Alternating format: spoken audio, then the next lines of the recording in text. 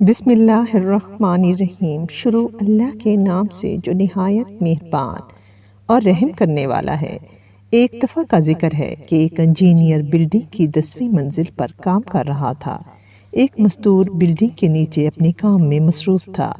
Engineer کو مزدور سے کام تھا بہت زیادہ۔ اس کو آواز دی لیکن اس نے نہیں سنی۔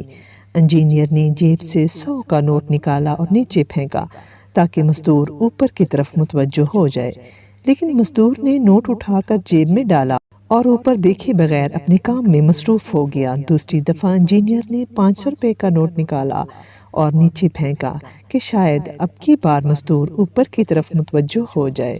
مزدور نے پھر سے اوپر دیکھے بغیر نوٹ جیب میں ڈال دیا۔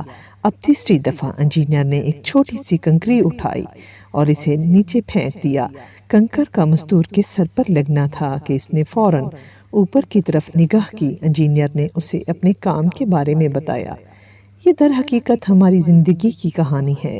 ہمارا مہربان خدا ہمیشہ ہم پر نعمتوں کی بارش کرتا ہے کہ شاید ہم سر اٹھا کر اس کا شکریہ ادا کریں، اس کی باتیں سنیں، لیکن ہم اس طرح اس کی بات نہیں سنتے۔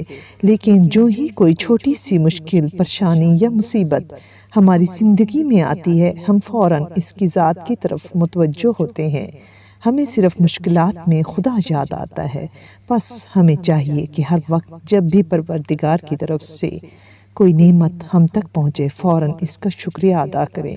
شکر ادا کرنے اور خدا کی بات سننے کے لیے سر پر پتھر رکھنے کی ضرورت نہیں ہونی چاہیے۔